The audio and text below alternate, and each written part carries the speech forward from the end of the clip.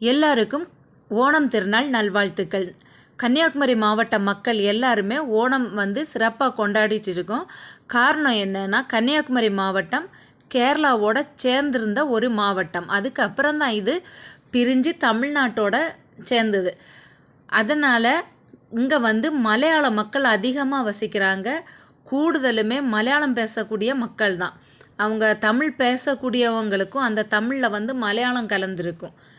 அதனால் எல்லாருமே ஓணம் பண்டிகை கொண்டாடுவாங்க. இன்றைக்கி நான் தனி வீடியோ, அதாவது எந்த ரெசிபியும் செய்து நான் வீடியோ போடலை, மொத்தமாக செய்து அந்த ஓணம் சத்யா அதுதான் போட்டிருக்கேன். ஓணம் சத்யான்னு சொல்லும்போது ஃபுல் வெஜ்ஜு சாப்பாடு தான்.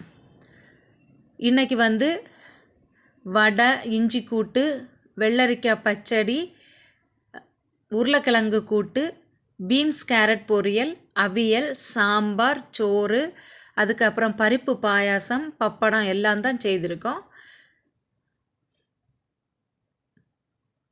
எல்லா சாப்பாடும் கூட்டு எல்லாமே இலையில வச்சு நாங்கள் ஓணம் சദ്യ சாப்பிட போகிறோம்.